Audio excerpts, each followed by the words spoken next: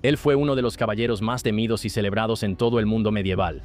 Luchó en guerras, sobrevivió a cruzadas y sirvió a 5 diferentes reyes de Inglaterra. Reyes y varones de toda Europa lo respetaban.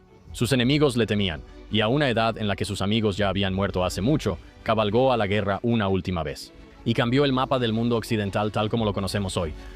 Esta es la historia de Guillermo Marshall, caballero, cruzado, hacedor de reyes y posiblemente uno de los hombres más importantes de los que nunca has oído hablar. Y este hombre, un don nadie sin tierras que nació literalmente sin nada, terminaría gobernando básicamente Inglaterra sin haber sido nunca rey. Y al hacerlo, rescataría un documento olvidado del basurero de la historia, y casi por accidente sentaría las bases para la democracia, el derecho constitucional y literalmente los derechos humanos modernos tal como los conocemos. Entonces, ¿cómo fue que un caballero vino al rescate del mundo occidental? Bueno, hoy vamos a hablar de todo eso. Así que siéntate, relájate y bienvenido a History Camp.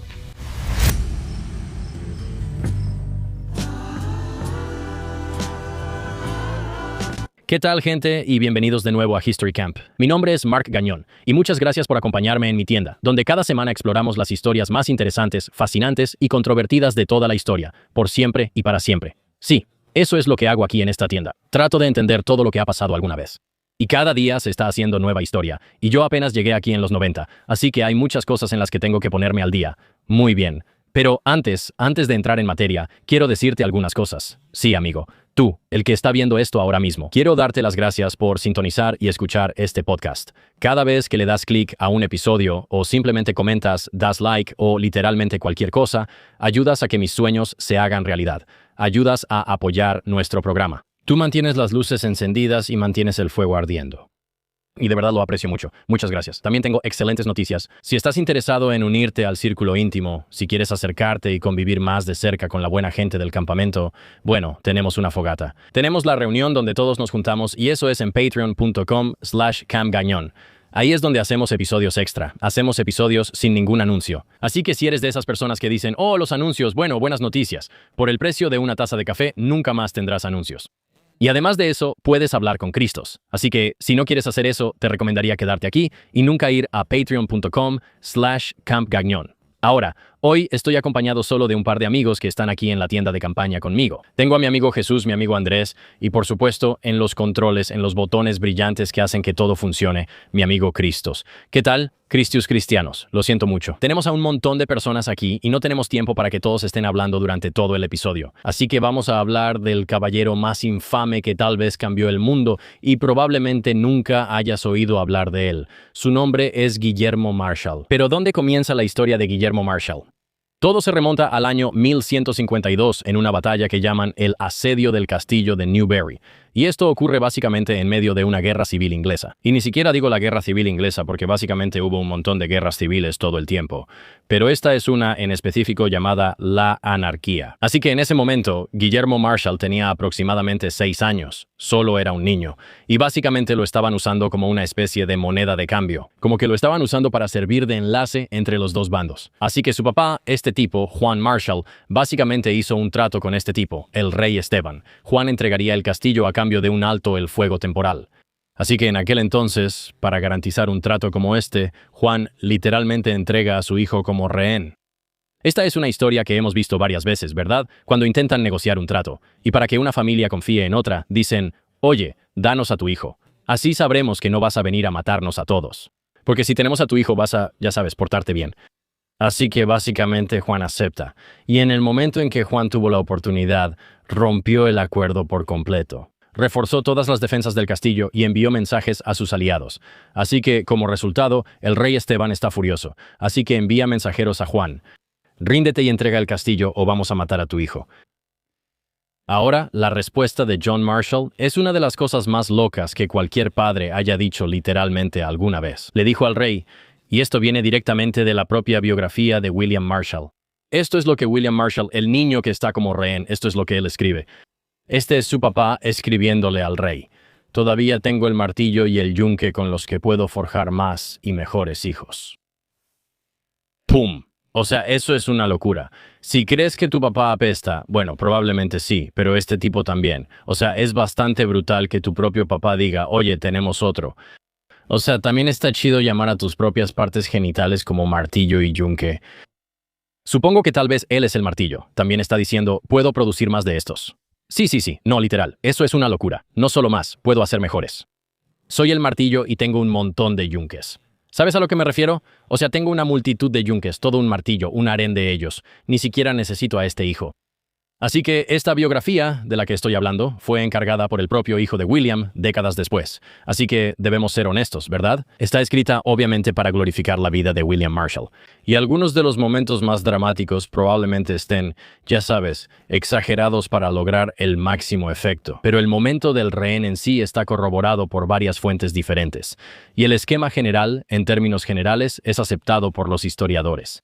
Lo que esas mismas fuentes también nos dicen es que el rey Esteban, este tipo, no llevó a cabo la ejecución. Así que, según la biografía, el joven Guillermo estaba tan feliz, básicamente, en cautiverio, como si fuera el niño de 6 años más dulce. Estaba jugando a justas con flores silvestres en el campamento del rey. Literalmente era el niño más dulce de todos, que Esteban no pudo obligarse a matar a este pequeño como moneda de cambio. Ahora, según un relato, los soldados realmente se prepararon para ahorcarlo. Y Guillermo, inocentemente, preguntó si iban a usar la cuerda bonita para hacer un columpio.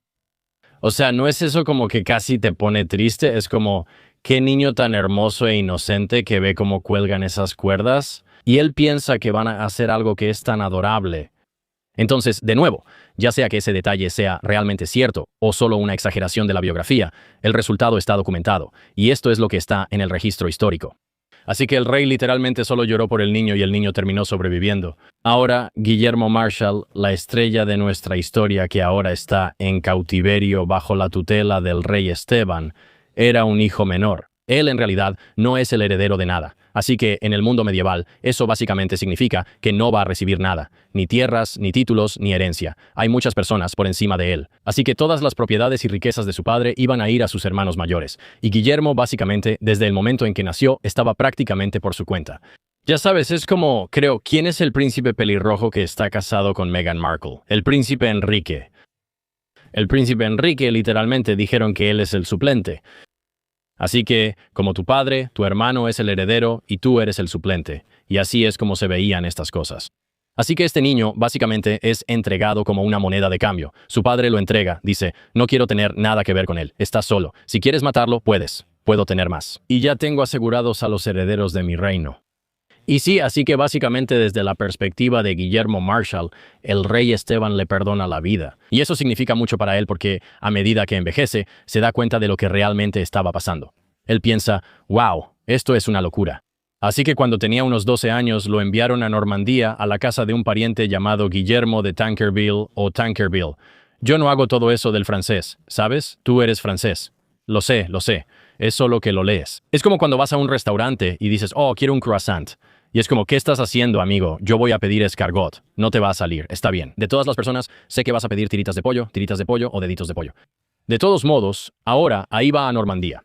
Y Guillermo Marshall se supone que debe entrenar para convertirse en caballero. Ahora, para convertirte en caballero, tienes que aprender equitación.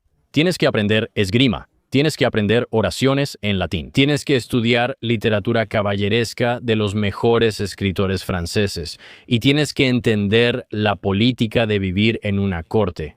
Y también, si aceptamos los relatos tal como son, se ganaría el apodo de dragón por su apetito voraz.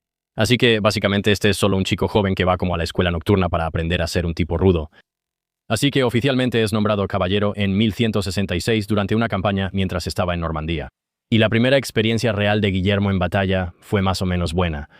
Se desempeñó bastante bien y todos estuvieron de acuerdo en que, ya sabes, estaba haciendo un buen trabajo. Pero el historiador medieval, este tipo David Crouch, lo dice de manera bastante directa. La guerra en el siglo XII no se trataba solo de honor.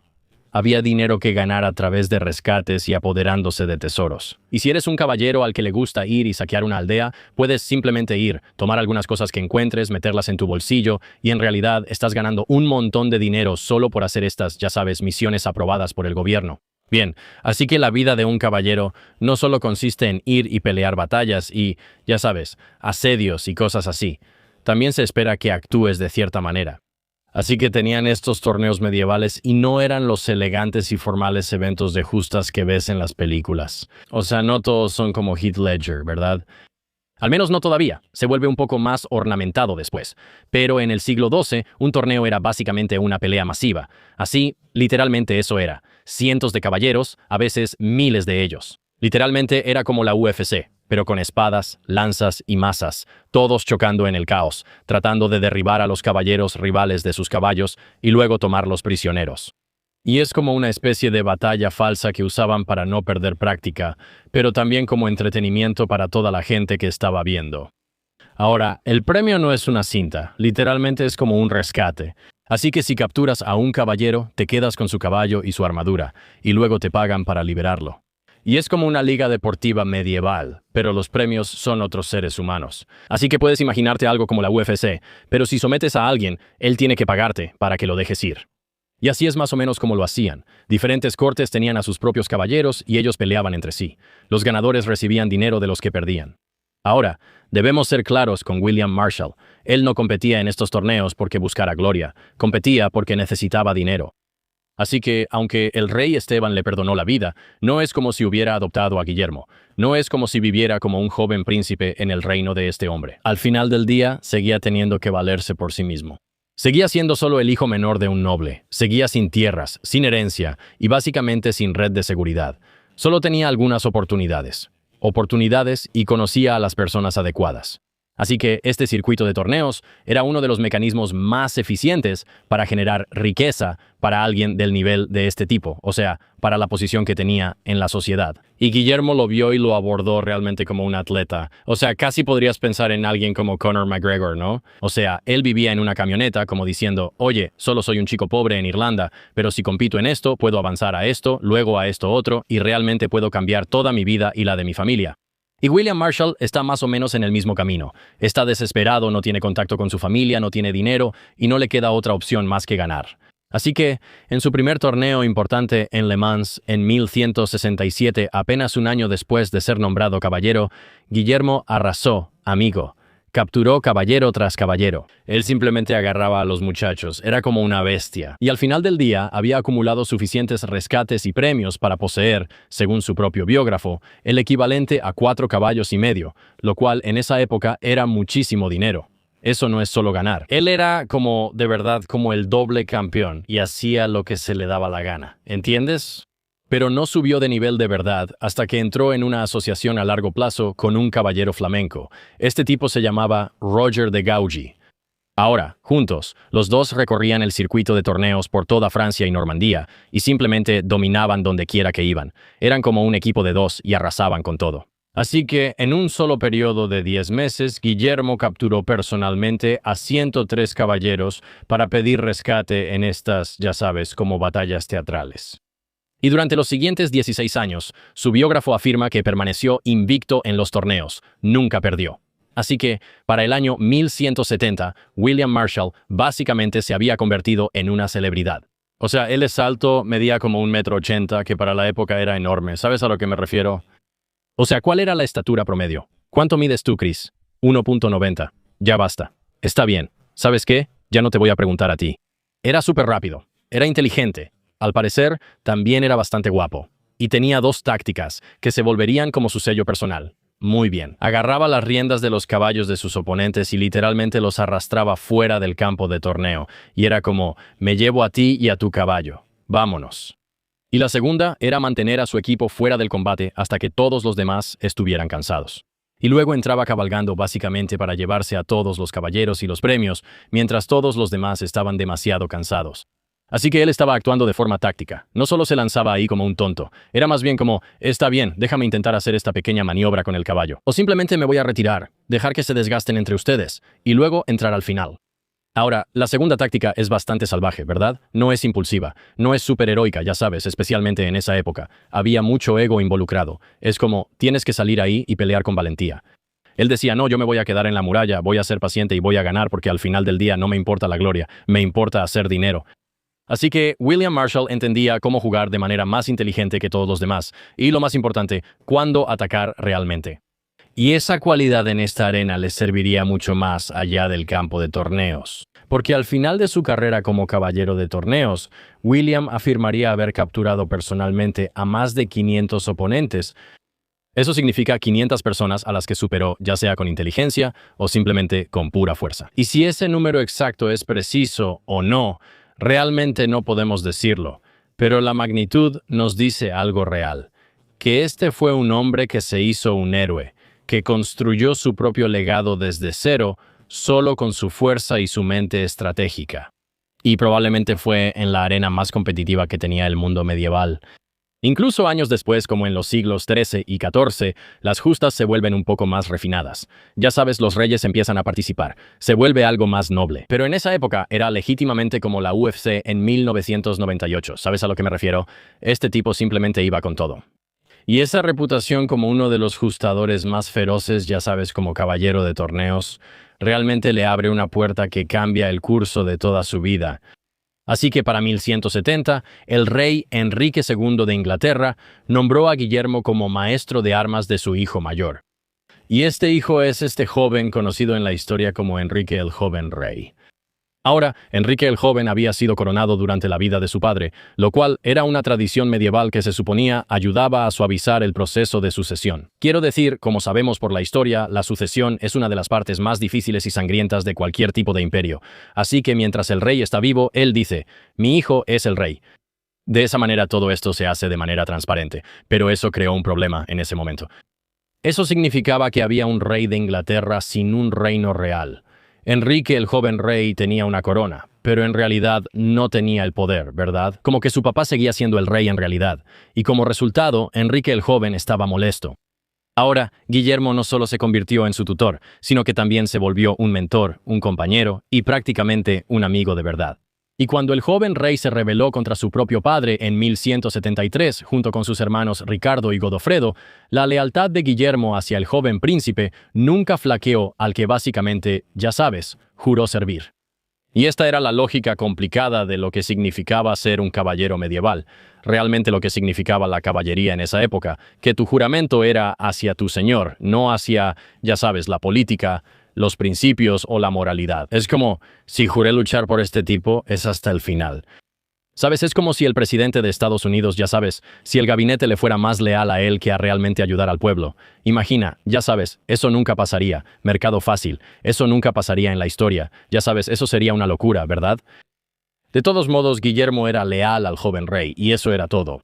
Así que desde 1176 hasta 1182, Guillermo y el joven rey hicieron juntos el circuito de torneos. Estos fueron los años de mayor esplendor de Guillermo, y era como el guerrero que iba pasando y simplemente aplastando a todos.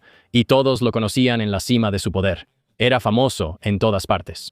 Y ahora también está yendo a estos torneos vinculado a la realeza de verdad. Así que, como resultado, su leyenda está creciendo hasta alcanzar proporciones míticas. Y luego llega el año 1182, Guillermo fue acusado. Y de nuevo, no sabemos exactamente, pero muchos historiadores dicen que fue una acusación falsa de tener un romance con la esposa del joven rey, Margarita de Francia. Así que puedes entender lo que está pasando aquí, ¿verdad? Este rey dice, oye, vas a criar, ya sabes, a mi hijo, él será Enrique el Joven, se convertirá en el próximo rey y tú vas a ser como su mentor. Y de repente, él se acuesta con la esposa del tipo al que se supone que debe estar orientando. Esa es la acusación, y puedes entender que en esa época, esto era noticia de portada de tabloide. Ahora, su biografía presenta las acusaciones como una conspiración de la corte por parte de sus detractores. Ahora, si esa es la verdadera historia, nadie puede decirlo con certeza, pero lo que sí sabemos es que fue removido de su cargo. Y luego, un año después, fue absuelto y llamado de nuevo al lado del joven rey. Y llega justo a tiempo para presenciar quizá uno de los momentos más trágicos de toda esta saga. En 1183, Enrique el Rey Joven se enfermó, contrajo disentería durante una campaña y sabía que estaba muriendo. Así que en estos momentos finales, llama a Guillermo a su lecho de muerte y le da algo. Le dio su propia capa de cruzado personal y le hizo una petición. Verás, el rey Enrique había hecho un voto de ir en peregrinación a Jerusalén y nunca lo había cumplido. Y así le pidió a Guillermo que fuera en su lugar para llevar su capa a la ciudad santa. Y su amigo aceptó, y Guillermo Marshall era, como sabemos, un hombre que cumple su palabra. Así que esta es simplemente la vida de este tipo, ¿verdad? Es un campeón de torneos. Ahora está relacionado con la realeza porque tiene que criar al rey. Lo acusan de acostarse con la esposa del nuevo rey, lo destierran. Y luego, cuando el nuevo rey está muriendo, él regresa y es como, ¿qué está pasando? Oh, mierda, estás a punto de morir. Hermano, lo siento mucho. Le da un gran abrazo y luego recibe una misión. Hermano solo le da una capa y le dice, oye, tienes que ir al Medio Oriente y llevar mi capa contigo. Así que en 1183 viajó a Tierra Santa y llegó durante un periodo de gran tensión en el reino de Jerusalén. Fue solo 4 años antes de que Saladino aplastara a los cruzados en la batalla de Hattin. Y ya hicimos todo un episodio sobre Saladino, la caída de Tierra Santa, las cruzadas y todo eso, así que deberías verlo, y no vamos a contar toda la historia aquí. Pero lo que importa para esta historia es lo que Guillermo encontró. Así que los detalles son bastante escasos sobre la etapa de Marshall en Tierra Santa. Su propia biografía admite que no se sabe con certeza qué fue lo que pasó exactamente. Pero hay fuentes que sí nos dicen que al llegar fue recibido con honor por las órdenes militares. Básicamente, la gente que administraba, ya sabes, los hospitales, la gente que manejaba la infraestructura en ese tiempo, lo que llaman los hospitalarios, y específicamente los caballeros templarios. Ahora, en algún lugar en pleno calor de Jerusalén, habiendo cumplido su misión al entregar la capa de su señor, Guillermo Marshall hizo un voto privado de que moriría como uno de ellos. Así que Marshall pasó aproximadamente 2 años en Tierra Santa, y la biografía dice que los comandantes de todos los bandos, supuestamente, estaban reacios a verlo partir. Pero antes de emprender su viaje de regreso a casa, adquirió 2 piezas de tela de seda. Básicamente eran sudarios funerarios y los dobló cuidadosamente, los guardó bajo llave y regresó hasta Inglaterra y básicamente los puso en un cofre que no abrió durante 30 años.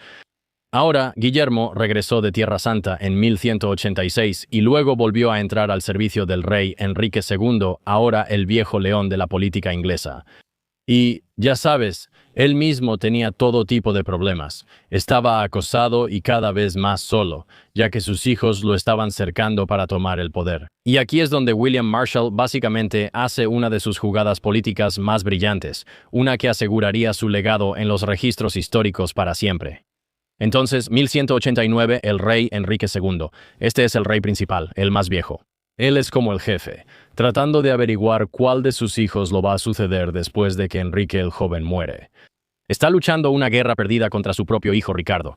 Probablemente hayas oído hablar de Ricardo porque su nombre, ya sabes, sería conocido en la historia como Ricardo Corazón de León. Y él se había aliado con el rey Felipe II de Francia. Enrique II estaba huyendo de la ciudad de Le Mans, cuando básicamente la retaguardia se había derrumbado por completo. William Marshall estaba con él y Marshall se dio la vuelta. Dio la vuelta a su caballo y cabalgó de regreso al caos para básicamente cubrir la retirada del rey.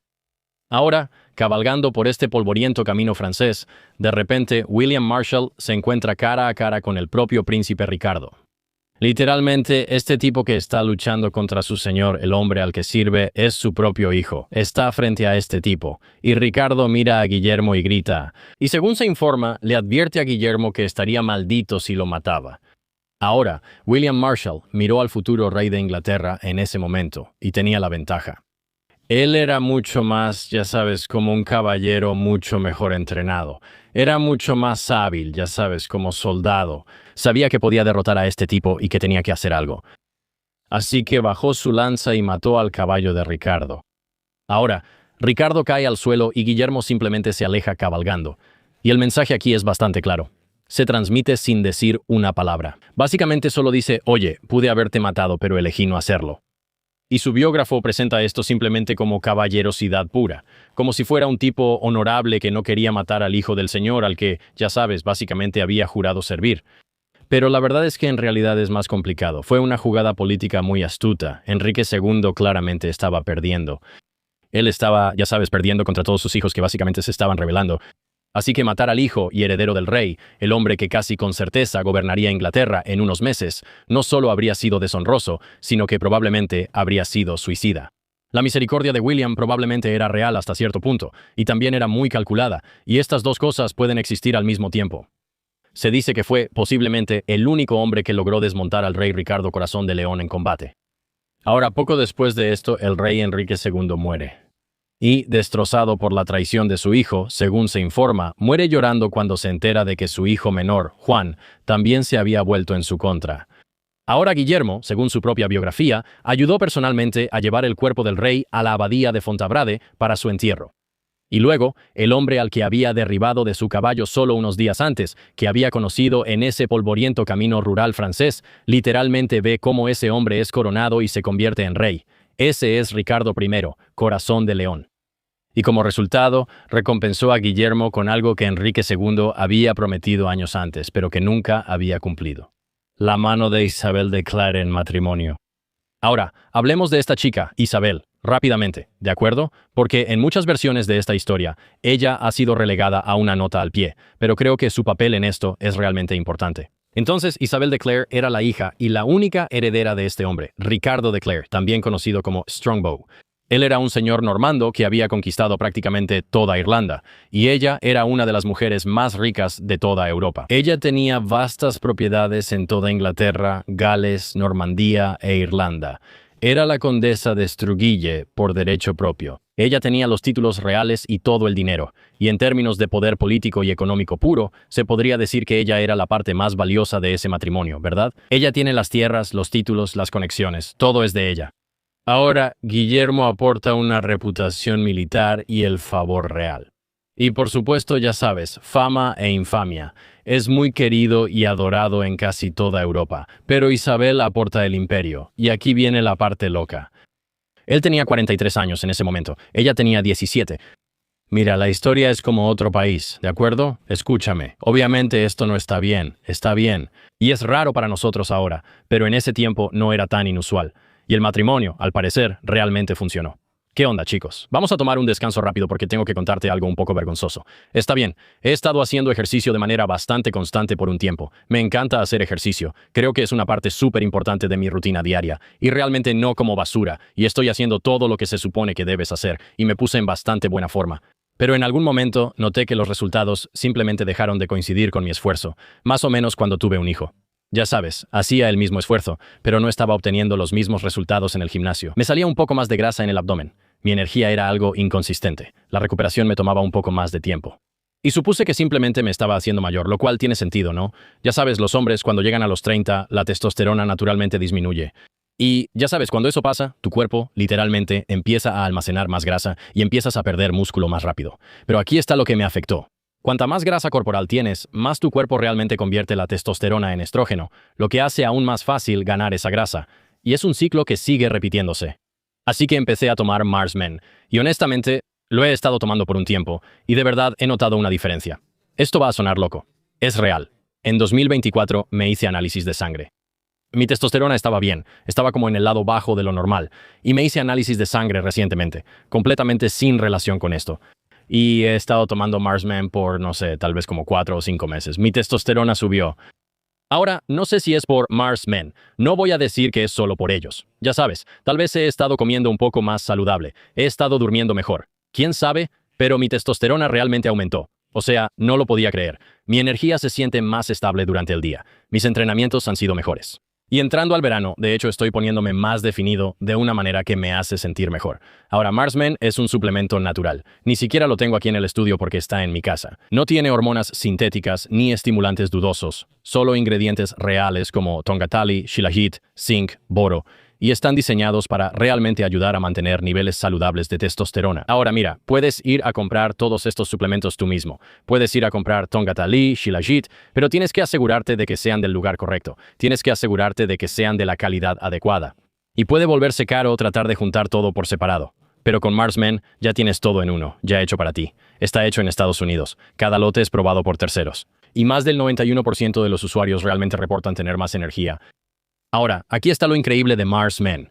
Hay una garantía de devolución de dinero de 90 días. 90 días, 3 meses para probarlo. Y si no es para ti, te regresan tu dinero. Cero riesgo. Y por tiempo limitado, las personas que están escuchando este programa van a obtener un 50% de descuento de por vida. No sé con qué frecuencia aparece esta oferta. No sé por qué lo están haciendo.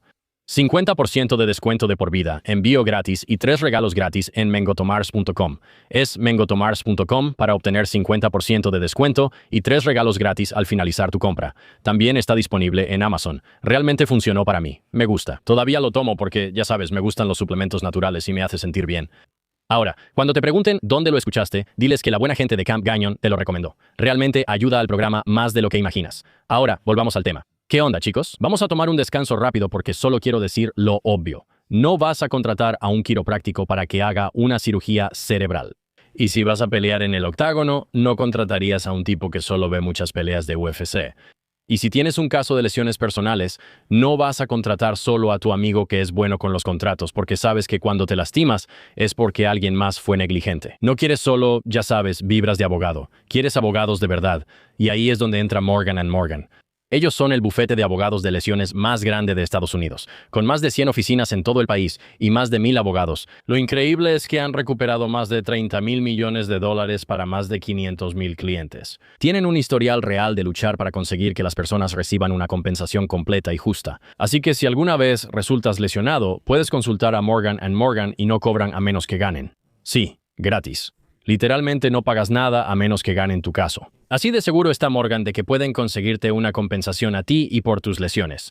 Para más información, ve a forthepeople.com/gagnon. Eso es forthepeople.com/gagnon o marca el signo de número seguido de la palabra ley. Eso es numeral 529 y hazles saber que fuiste enviado por la gente aquí en el campamento. Además, este es un anuncio pagado. Ahora volvamos al programa. Guillermo hizo un trabajo bastante bueno como esposo. Gobernó sus propiedades en Irlanda y de hecho amplió el castillo de Pembroke y el castillo de Chepstow y de hecho fundó la ciudad portuaria conocida como New Ross. Y según todos los informes, trató sus propiedades como una herencia compartida y no solo como una conquista. Tuvieron 5 hijos y 5 hijas juntos. Y las fuentes contemporáneas sugieren que, para los estándares de la época, eran como un verdadero equipo. Isabel con el tiempo, ya sabes, administró las propiedades mientras Guillermo servía en la corte y en el campo. Y sin su riqueza y sin su tierra, el ascenso político de William Marshall en las décadas siguientes simplemente no habría sido posible en absoluto. Ella no era una recompensa como tal. Ella era la mitad de la ecuación, pero hablaremos de ella un poco más adelante y podremos profundizar más en eso. Pero ahora, William Marshall, a los 43 años, básicamente dominaba los circuitos de torneos de Europa. Vio morir al señor al que se suponía que debía servir. Fue a la batalla para ayudar al rey Enrique II. Viajó a Tierra Santa. Ya sabes, derribó a Ricardo Corazón de León de su caballo, y luego fue recompensado por Ricardo por perdonarle la vida, permitiéndole casarse con la chica más rica de Europa. Y también hizo un voto para unirse a los caballeros templarios. Este tipo finalmente se había hecho un nombre, y en realidad tenía una vida que valía la pena proteger.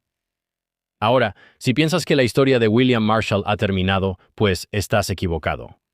Estás muy equivocado porque este siguiente capítulo de su vida no es una vuelta triunfal. Es una larga y dura prueba de todo lo que ha construido en toda su vida, básicamente todo por lo que había trabajado. Y comienza con lo que llaman la crisis de la cruzada de Ricardo. Ahora, el rey Ricardo I partió para la Tercera Cruzada en 1190, y en ese momento dejó Inglaterra al cuidado de un consejo, básicamente un grupo de lores y altos mandos militares para cuidar el país, y Guillermo formaba parte de él. Y casi de inmediato el reino empezó a desmoronarse. Ricardo nombró básicamente a una especie de justicia mayor. Este tipo, William Longchamp, fue tan autoritario que alejó prácticamente a todos los varones de Inglaterra. William Marshall formaba parte de la coalición que expulsaría a Longchamp al exilio.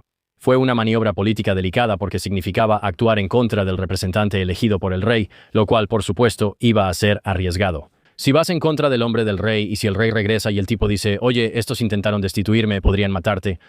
Pero Guillermo manejó la situación con mucho cuidado e hizo básicamente lo que pensó que tenía que hacer. Pero las cosas aún empeoraron. En 1192, Ricardo fue capturado por el duque Leopoldo de Austria cuando regresaba de la cruzada y básicamente fue retenido para pedir un rescate. Ahora, el hermano de Ricardo, Juan, que había estado esperando una oportunidad como esta para básicamente apoderarse del trono, empezó a actuar, así que ahora el reino está sin rey. Su líder está siendo retenido como rehén en el extranjero después de esta guerra. Su hermano intrigante básicamente ahora está consolidando apoyo en casa para decir algo como, «Oh, mi hermano se fue, qué triste. En fin, ahora yo soy el rey». Y ahora el tesoro real se está vaciando para pagar el rescate y recuperar a su rey. Ahora, Guillermo Marshall pasó 2 años evitando que esa situación explotara por completo, trabajando para evitar que Juan tomara el poder y tratando de traer de regreso a Ricardo a casa. Y finalmente Ricardo fue liberado. Pero aquí está el asunto. Ricardo regresó a casa e inmediatamente Ricardo murió. Sí, por una herida de ballesta en un pequeño asedio francés en 1199 a la edad de 41 años. Así que todo esto sucede. Lo captura Leopoldo, pagan el rescate, detienen el asedio al trono y luego regresa y muere de inmediato. Ahora, Guillermo se enfrenta a la decisión política más importante de toda su vida. Ahora hay dos candidatos para el trono. Uno es Arturo de Bretaña. Ese es el sobrino de 12 años de Ricardo, quien tenía un derecho legal más fuerte bajo esta teoría muy estricta de sucesión. Y luego, por supuesto, está el príncipe Juan. Ese es el hermano menor de Ricardo, quien ya era adulto, y él estaba listo y desesperadamente quería hacerlo. Así que el consejo, que incluía a Guillermo Marshall, tuvo que decidir a quién apoyarían. Quiero decir, es una decisión difícil.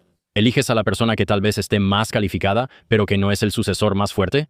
¿O eliges a la persona que tiene el derecho legal más sólido para mantener la paz en todo el reino? Bueno, Guillermo elige al hermano menor, Juan. Y esta elección lo definió todo. Su biógrafo enmarca esta elección como una mezcla de lealtad y pragmatismo. Un rey niño significaría años de inestabilidad y fuerzas rivales por el trono, y otras personas tratando de influir en él para básicamente actuar, ya sabes, como el gobernante. Pero un adulto como Juan, ya sabes, con todos sus defectos, al menos podría gobernar. Y eso probablemente, ya sabes, es parte de la verdad. Pero seamos honestos, Guillermo también tenía un interés personal aquí. Juan tenía influencia sobre las propiedades de Guillermo en Irlanda, así que este movimiento político no era simplemente hacer lo correcto para el reino. Fue una decisión, ya sabes, de un hombre que básicamente quería mantener alineados la lealtad y el interés propio. Así que el día de la coronación de Juan, Guillermo recibió formalmente el título de Conde de Pembroke, y la recompensa fue bastante rápida. Pero lo que siguió aquí se convertiría rápidamente en uno de los periodos más difíciles de toda la carrera de Guillermo Marshall. Más difícil, posiblemente, que cualquier batalla en la que haya luchado en su vida, porque Juan era catastróficamente malo como rey, o sea, realmente atroz.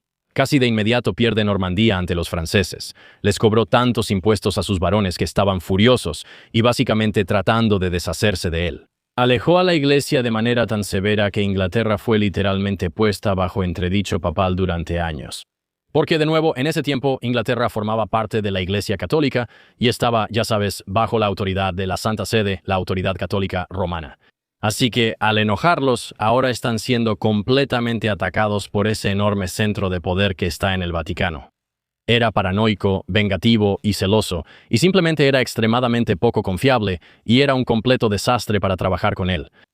Y para colmo de males, además de ser el peor rey de todos, Juan no confiaba en Guillermo. Piénsalo, Guillermo literalmente puso a Juan en esa posición, como, oye, tu hermano Ricardo murió, qué triste. Voy a poner mi reputación en juego para ponerte a ti, Juan, en el trono. Y aún así, Juan no confía en él. Tuvo al hijo mayor de Guillermo como rehén durante años. Literalmente Juan es como, oye, gracias por el trono, ahora voy a tomar a tu hijo como rehén para que nunca puedas intentar atacarme o quitarme el trono. Así de paranoico era. Así que ahora Guillermo Marshall se retiró a Irlanda varias veces cuando el ambiente en la corte era demasiado peligroso para él. Y aquí hay una tensión legítima, momentos reales, donde todas estas relaciones casi se rompen por completo, pero Guillermo nunca desertó abiertamente. Él mantuvo su juramento al trono, ya que básicamente ese era su principio rector en la vida. Su biógrafo presenta esto como pura virtud. Pero, una vez más, también podemos verlo desde una perspectiva más realista. ¿Sabes? Volverse contra un rey reinante era una manera realmente rápida de perder literalmente todo. Como que podrías hacer que mataran a tu hijo. Tu hijo podría convertirse prácticamente en un esclavo de este rey. Pierdes todas tus propiedades en toda Irlanda. Te quitan a tu esposa. Sería un desastre. Y cuando lidias con un rey tan mezquino e impulsivo como Juan, es prácticamente imposible. Así que para 1213 la crisis de Juan con los varones está llegando a un punto de quiebre. Así que recurre a Guillermo como su asesor más cercano. Y está en una corte llena de hombres que lo odiaban. Y resulta que Guillermo Marshall era la única persona en la que Juan realmente podía confiar. Y luego, en 1215 todo cambia. Los varones de Inglaterra habían llegado a su límite. Este tipo, el rey Juan, era un completo idiota. Rompió todas las promesas, violó todos los acuerdos, no publicó los archivos de Epstein. Estaba haciendo muchas cosas malas, y trataba a sus magnates como súbditos, básicamente para exprimirlos en vez de verlos como socios para, ya sabes, gobernar respetuosamente y obtener algo a cambio, pero también ayudarlos. Simplemente era un mal operador político. Y como resultado, se rebelaron contra él y básicamente lo obligaron a ir a un prado llamado Runnymede. Y fue aquí donde, ya sabes, puso su sello en la Carta Magna, un documento que establecía por primera vez en la historia inglesa que el propio rey estaba sujeto a la ley. Ahora, Guillermo Marshall estaba ahí. Fue uno de los garantes nombrados de esta carta. Su presencia le dio una credibilidad que probablemente no habría tenido de otra manera. Porque recuerda, él era la figura militar más respetada de toda Inglaterra, y su respaldo les indicó a muchos de estos varones que este era un documento serio, no una maniobra política para, como, apaciguar al pueblo. Que esto era como no, en realidad vamos a firmar una carta política en la que el rey realmente está bajo algún tipo de jurisdicción, porque en ese tiempo los reyes tenían este derecho divino, lo que quisieran hacer podían hacerlo. Si querían matar a un varón, simplemente podían hacerlo. No había ningún recurso contra los reyes, ellos existían completamente fuera de cualquier tipo de derecho común. Y por primera vez, con la Carta Magna, ahora se les veía como si tuvieran algún tipo de, supongo, ya sabes, algún tipo de responsabilidad ante la ley. Esta era la gran carta a la que ahora incluso los reyes estaban sujetos. Y en cuanto a las democracias constitucionales, esto era algo inaudito en ese entonces. Es realmente una de las primeras veces en la historia que la persona más poderosa de la sociedad tenía a alguien o algo a quien rendir cuentas. Pero como sabemos, Juan básicamente se retractó de inmediato. Le escribió al Papa para que la anulara. Invitó la intervención francesa. Declaró la guerra a sus propios varones. A los pocos meses de haberla firmado, básicamente dijo que la Carta Magna no servía para nada. Y luego, en octubre de 1216, el rey Juan muere de disentería. Creo que eso merece un aplauso. O sea, sí, la Carta Magna estuvo bien, pero este tipo era un desastre y además estaba arruinando toda la trama para nuestro amigo Guillermo Marshall. Ya sabes, no lo sé. El rey Juan parece que tal vez tiene mala fama, injustamente. Ya sabes, o sea, esto es una narración un poco unilateral. Pero de todos modos, ahora deja el reino en medio de una guerra civil con el príncipe francés Luis ocupando Londres y toda la costa este. Ahora, tenemos a un niño de 9 años como rey nominal, y la Carta Magna es descartada entre los escombros de este reinado fallido. Guillermo Marshall tiene ahora 70 años e Inglaterra lo necesita una última vez. Llaman al viejo Guillermo para decirle, oye amigo, has hecho un buen trabajo. Has tenido toda una carrera, pero te necesitamos solo para... Él como que me da una vibra tipo Ned Stark de Game of Thrones, ¿verdad? Como que él es simplemente un buen tipo que hace lo mejor que puede para ayudar al rey y una y otra vez ellos dicen, oye, la regamos, ¿puedes sacarnos del apuro? Él es el comodín, ¿verdad? Ahora hay un niño de 9 años que está a cargo y se llama el rey Enrique III. Y los nobles a su alrededor se enfrentan a una realidad bastante difícil. ¿En quién podían confiar para mantener a Inglaterra unida cuando la mitad del país está ahora bajo ocupación francesa y la otra mitad está en rebelión y desorden? Todos los varones están enojados y el rey es un niño. Bueno, ya sabes quién es. Y su nombre es el mismísimo Guillermo Marshall. Así que acepta el nuevo cargo, que oficialmente se titulaba Rector Regis en Regni, que significa el gobernador del rey y del reino. Así que es como, ya sabes lo que eso significa, él es el regente de Inglaterra y es el rey en todo menos en el nombre. Ahora, su primer movimiento fue quizá el acto político más importante de su vida, y posiblemente uno de los actos más trascendentales en la historia del gobierno inglés. Volvió a emitir este pequeño documento que más o menos fue desechado porque este tonto lo arruinó, y se llama la Carta Magna. Reemite la Carta Magna en nombre de Enrique III bajo su propio sello a las pocas semanas de tomar el poder. Quiero decir, esto es un nivel de genialidad política e integridad constitucional que trasciende generaciones. Y es sumamente significativo porque piensa en lo que esto significa. El documento que puso al rey bajo el imperio de la ley. El documento que Juan pasó su último año básicamente tratando de descartar y anular ahora estaba en manos de Guillermo, transformado de, ya sabes, este truco legal en una promesa para el pueblo británico. Ahora realmente es un instrumento de reconciliación. Y les promete a estos varones que si abandonan la lealtad a Luis y regresan a la causa inglesa y en última instancia luchan por su rey inglés, la carta será respetada. Y esta vez de verdad, de verdad. O sea, realmente vamos a mantenernos firmes en esto. Y fue gestión de crisis al más alto nivel posible, y en realidad funcionó. Poco a poco los varones están escuchando esto y dicen, está bien, vamos a intentarlo. Pero el príncipe Luis y sus fuerzas todavía controlaban Londres y toda la costa este y no iban a irse así nada más. Así que el 20 de mayo de 1217 Guillermo Marshall cabalgó a la guerra para lo que todos a su alrededor debieron pensar que sería su última batalla. Pero no fue a Londres. No, fue a esta pequeña ciudad en las Midlands inglesas que estaba siendo atacada por estos soldados franceses y por estos caballeros ingleses rebeldes que se habían pasado al otro bando. Estaban sitiando el castillo de Lincoln, uno de los pocos bastiones leales que quedaban en todo el norte. Ahora, la alcaidesa del castillo, una mujer extraordinaria llamada Nicole de la Haye, quien sinceramente merece su propia historia. Un episodio completo porque su historia es una locura. En este punto, ella lo había defendido contra los franceses durante meses de asedio y simplemente se negó a rendirse. Ahora, el castillo de Lincoln en sí era realmente vital. Estaba ubicado en el cruce de antiguas calzadas romanas que controlaban el flujo de hombres y suministros, básicamente atravesando y cruzando todo el país. Así que los franceses eligieran este lugar como objetivo fue muy inteligente desde un punto de vista estratégico. Sabían que si podían controlar esto, sería un punto de estrangulamiento para prácticamente toda la logística de los ingleses. Capturarlo sería devastador y potencialmente podría destruir todo el país. Y Guillermo lo sabía. O sea, sí, Londres es importante, pero este punto de estrangulamiento en específico, si lo perdemos, se acabó. Así que necesitaba actuar rápido. Reunió a sus fuerzas en la ciudad de Newark y tenía aproximadamente unos 400 caballeros, 250 ballesteros y una fuerza de infantería de apoyo. Pero los franceses en Lincoln los superaban en número. Sin embargo, Guillermo, a sus 70 años, se pone su armadura y, según se informa, sus escuderos tuvieron que ayudarlo a ponérsela. Y él mismo, ya como un hombre mayor, lideró la carga. Según sus biógrafos, insistió en ser el primero en entrar a la ciudad. Incluso en su vejez, seguía decidido a ser el caballero más feroz, el más rudo de todo el escuadrón, y quería ser el líder que siempre fue en su juventud. Sus ballesteros tomaron las puertas de la ciudad y se posicionaron en los tejados, descargando fuego sobre la infantería francesa. Y realmente quedaron atrapados, como atascados en esas calles medievales estrechas debajo de ellos, y sus caballeros avanzaron a través del caos, abriendo caminos para que más soldados de infantería pudieran pasar. Y luego, al comandante francés, Tomás, conde de Perchet, se le ofreció la oportunidad de rendirse, pero se negó. Murió en combate poco después.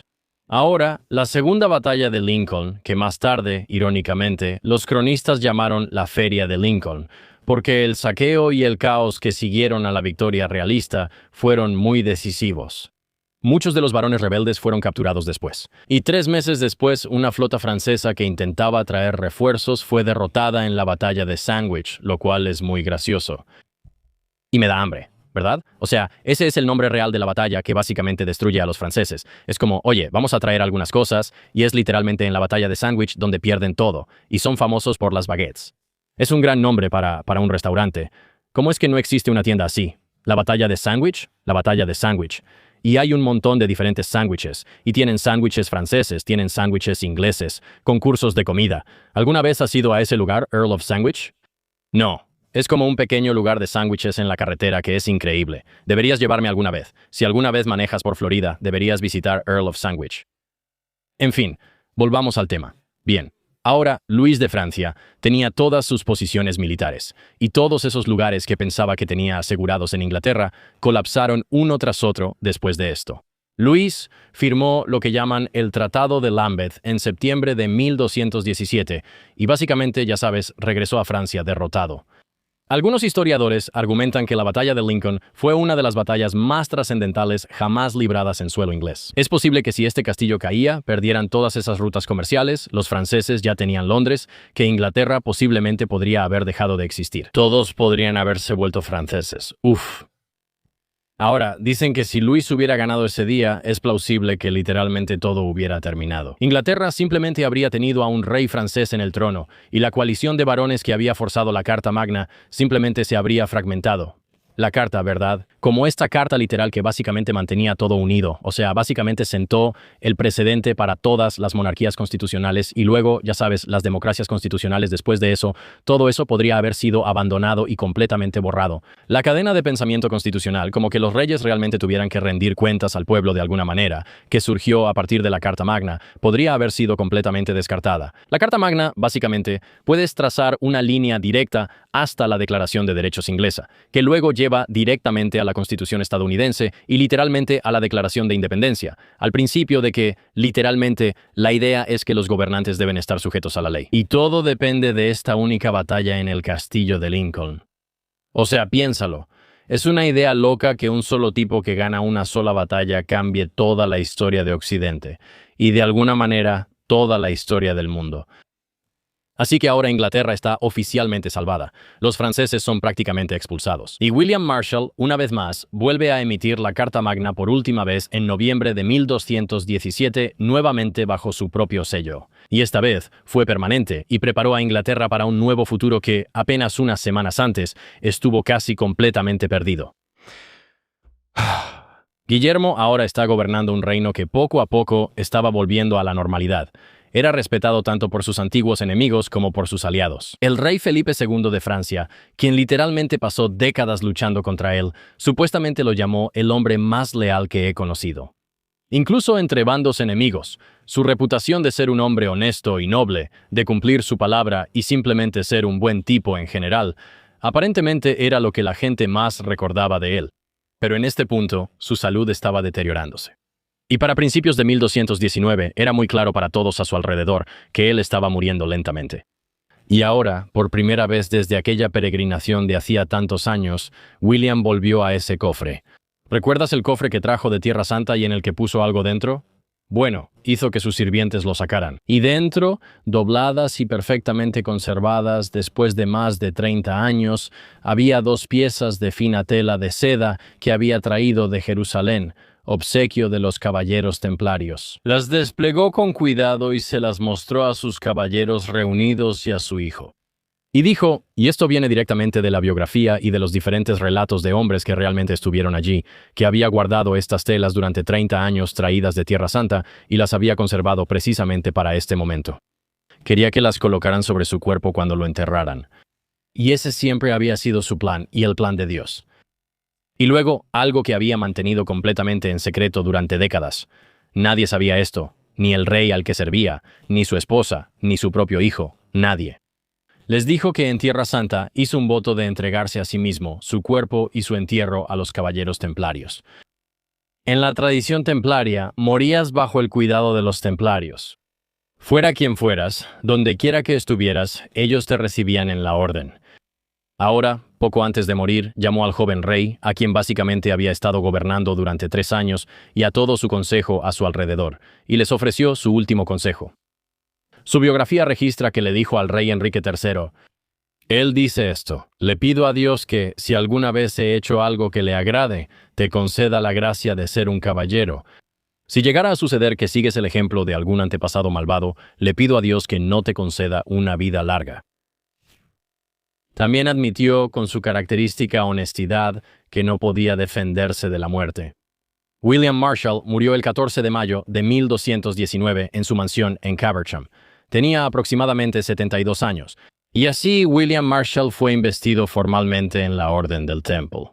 Le colocaron un manto templario, una capa blanca con una cruz roja, y según se informa, él había mandado hacer un manto en secreto un año antes, y básicamente solo lo estaba guardando para este momento exacto. Fue llevado a la iglesia del Temple en Londres, la magnífica iglesia redonda construida por los caballeros templarios, deliberadamente inspirada en la iglesia del Santo Sepulcro en Jerusalén. La misma iglesia que había visitado décadas antes, cuando llevó la capa de un rey muerto a la ciudad santa, y la misma iglesia donde hizo este voto sagrado. Su efigie todavía yace ahí hoy en día. Incluso sobrevivió al incendio que dañó gravemente la iglesia en 1941, sobrevivió 8 siglos. Si vas a Londres ahora mismo, si reservas un vuelo, puedes ir, todavía puedes encontrarlo. Un caballero de piedra, con las manos juntas, acostado en la nave circular que su orden construyó. Cumplió cada voto. Sirvió a 5 reyes. Murió llevando la cruz de la organización que había admirado desde el mismo día en que caminó por Jerusalén. Y aún así, después de todo esto, aquí está la parte más loca del legado de William Marshall. Es la parte a la que de alguna manera nos hemos estado aferrando durante toda esta historia. Poco después de su muerte, su hijo encargó una biografía sobre él, un poema escrito en el francés vernáculo de la época.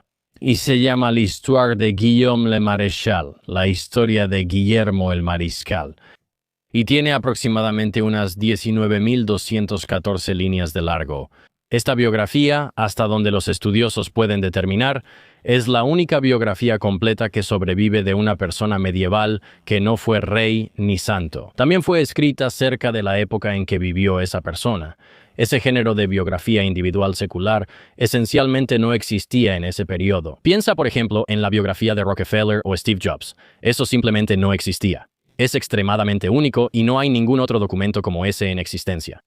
Ahora, debemos ser claros sobre algunas cosas que están en la l'Histoire y sobre lo que es y lo que no es. Fue encargada por el propio hijo de Guillermo, escrita para celebrar a su padre y la vida de su papá, y realmente para defender su reputación contra los críticos en la corte real que estaban cuestionando, ya sabes, el legado de Guillermo Marshall en la década de 1220. Y es, en otras palabras, una biografía autorizada con algún propósito político. Así que historiadores modernos como David Crouch, a quien mencioné antes, su biografía académica de 2002 es el estudio moderno definitivo de Guillermo Marshall, y él ha hecho un trabajo muy cuidadoso separando la leyenda de ese documento. Y mucho de lo que dice la Histoire en realidad resulta ser cierto. Algunas partes están claramente, ya sabes, un poco adornadas para causar efecto, pero la verdad, como siempre, está en algún punto intermedio.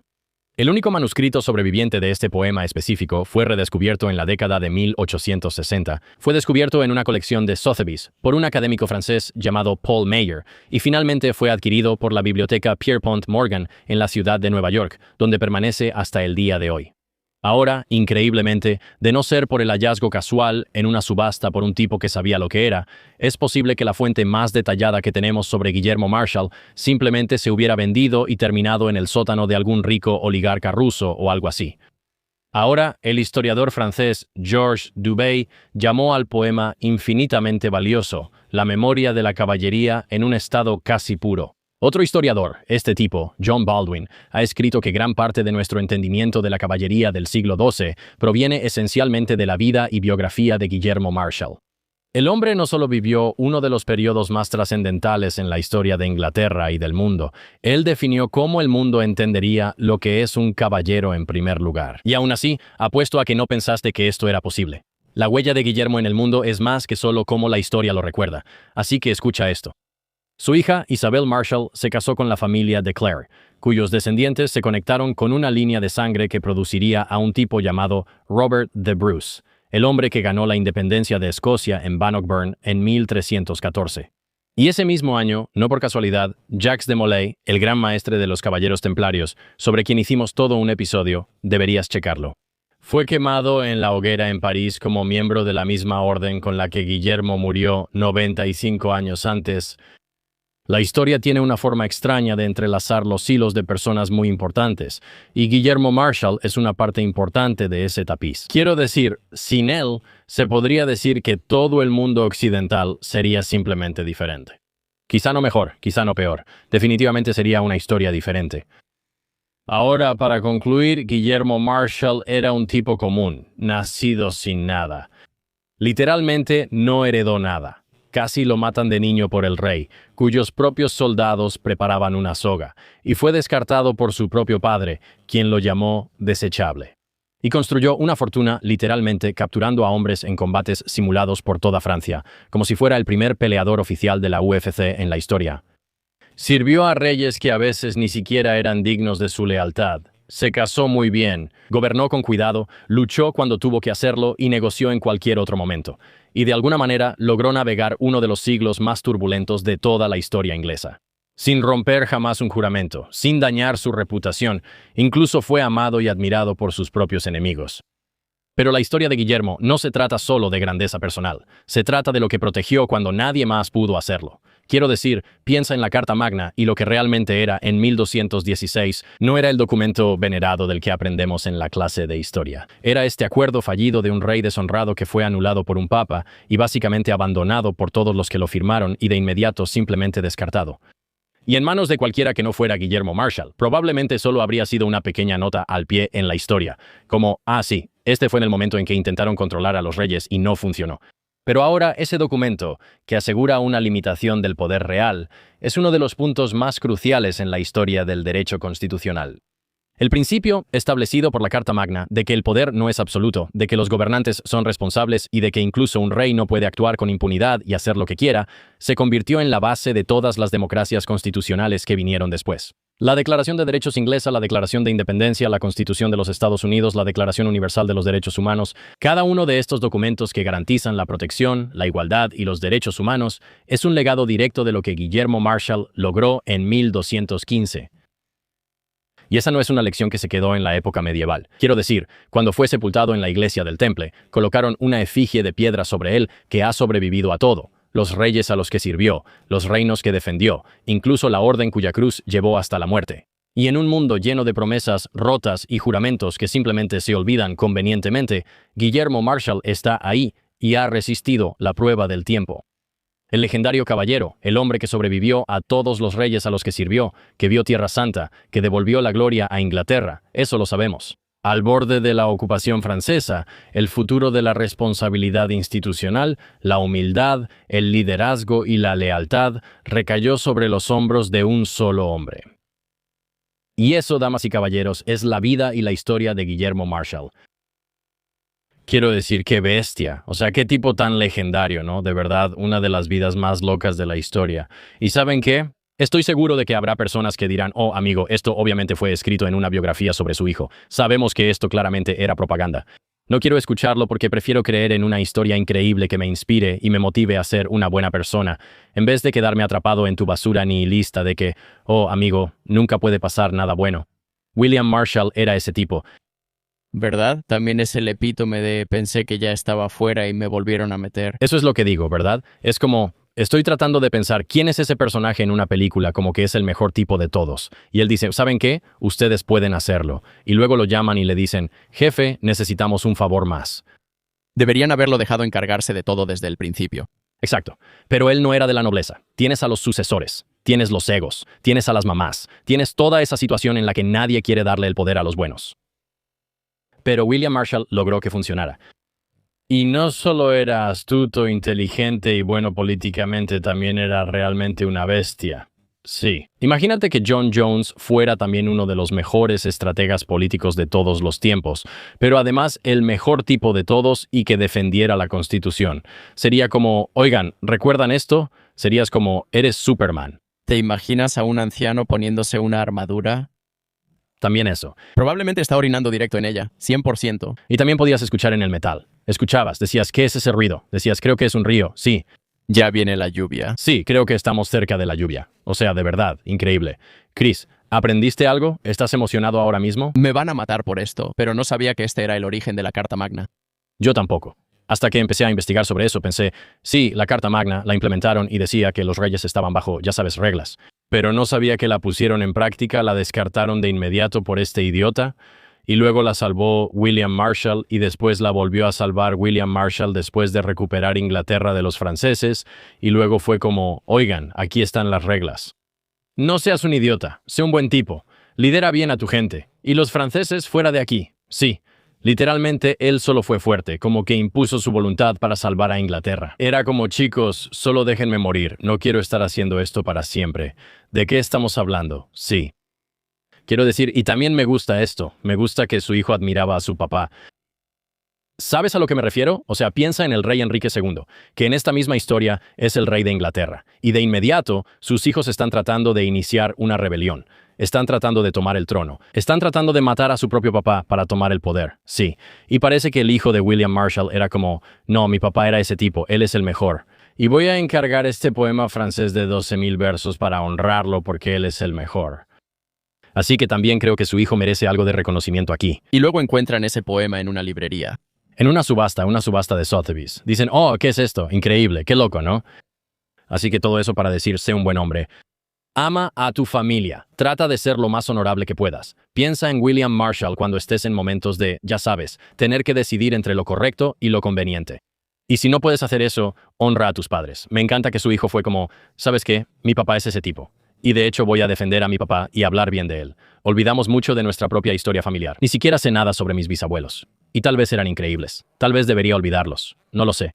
Pero al menos sería bueno si alguien me dijera, oye, tus antepasados son increíbles, y ellos hicieron lo correcto, y tú también puedes.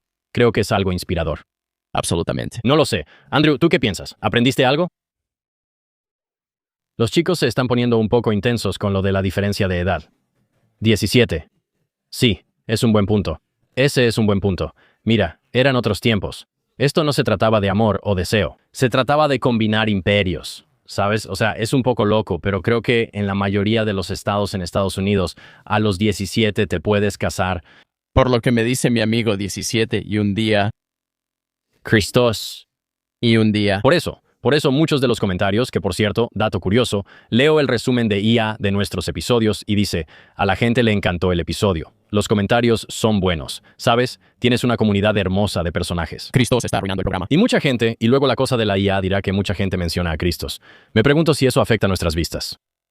Me pregunto si la IA piensa, oh, este es un video controversial, como que necesitan resolver algunas cosas de contenido. Y ya sabes, Cristos en realidad está arruinando el programa. Deberíamos hacer algo, como que en los comentarios pongan, es totalmente una broma. Sí. Tal vez si vas a, ya sabes, lanzarle una indirecta a Cristos. Absolutamente. O sea, nada me da más risa que, ya sabes, todo internet burlándose de Cristos. Me resulta muy pesado. Patreon hace un muy buen trabajo de eso. Son increíbles en eso. O sea, de verdad. Estos tipos son como profesionales de las burlas. Pero déjame decir, tal vez solo pon ahí algo como, jaja, es broma, en realidad lo quiero. O simplemente apoya a Cristos, solo por el algoritmo. A ver si ayuda. No sé. De todos modos, eso es lo que haría William Marshall. William Marshall en realidad defendería el honor de Cristos. Él me daría mi propio programa. Él te daría tu propio programa. De hecho, te pondría en esta silla. ¿Sabes qué? Así es. Me voy a ir a morir al campo irlandés.